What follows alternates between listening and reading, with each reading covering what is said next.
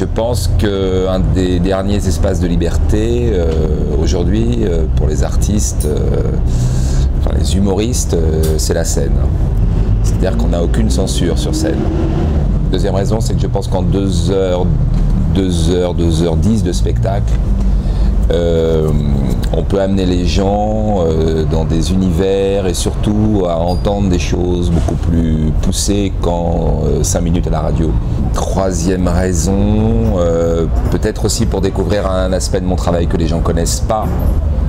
Parce que la télé ou la radio, c'est tout le temps, c'est souvent réducteur sur le travail de quelqu'un.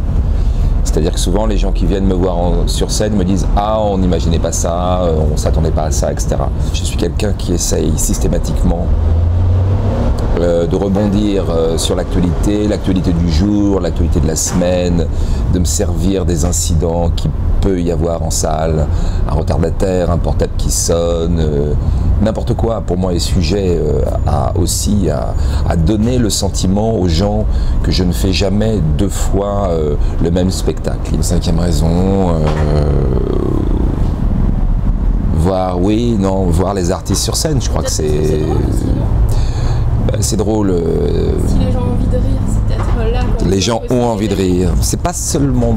Je pense que c'est pas seulement drôle. C'est-à-dire que moi, ce que j'aime, moi, c'est quand il y a à la fois le rire et à la fois ce haut, vous savez, le rire quand il est interdit, quoi. Quand les gens rient d'une chose et ils savent qu'ils ne devraient peut-être pas rire, quoi. C'est ce mélange. À la fois bousculer un peu les gens et les faire rire. Ça, j'adore ça, quand il y a ces 2 choses-là. C'est-à-dire que je pense que nous avons de moins en moins de liberté. Mais ce qui est intéressant finalement, quand on a moins de liberté, c'est de la transgresser. C'est de transgresser les interdits. Ça c'est intéressant, c'est excitant. Quand on sait qu'on ne peut pas dire des choses, de les dire, quoi. Et les gens ont besoin de ça, parce que les humoristes aujourd'hui sont des soupapes. C'est-à-dire qu'on leur permet aussi d'exprimer tout haut ce que eux pensent tout bas. Ah mais il y a des tas de gens, la liste est longue, on en a pour la journée.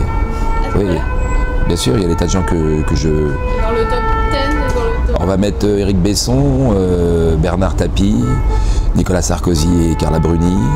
Il m'en faut encore un? Non. Brice Hortefeux, si on va se faire plaisir, on va en mettre 5.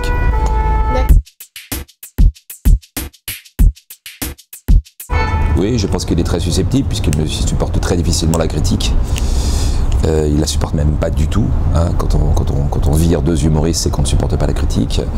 Et autoritaire, oui, je pense que c'est quelqu'un de très autoritaire qui a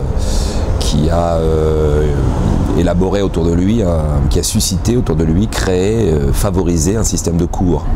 Voilà. C'est-à-dire que quand on est autoritaire et cassant, ceux qu'on supporte autour sont effectivement des gens qui n'ont pas de caractère, qui faillotent. C'est le fait du prince, quoi. Est-ce que vous êtes méchant? Ah, ça me gonfle. Ça me gonfle. Voilà. Je pense, si vous voulez, que quand vous faites...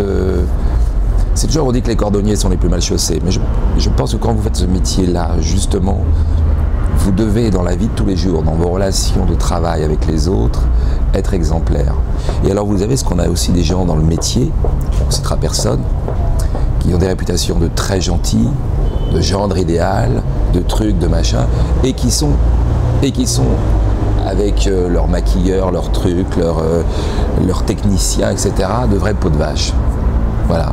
Et la France entière pense qu'ils sont gentils, et ce sont des pourris. Alors moi, je préfère que la France entière pense que je suis méchant, et dans la vie, être un amour. Vous virez, vous?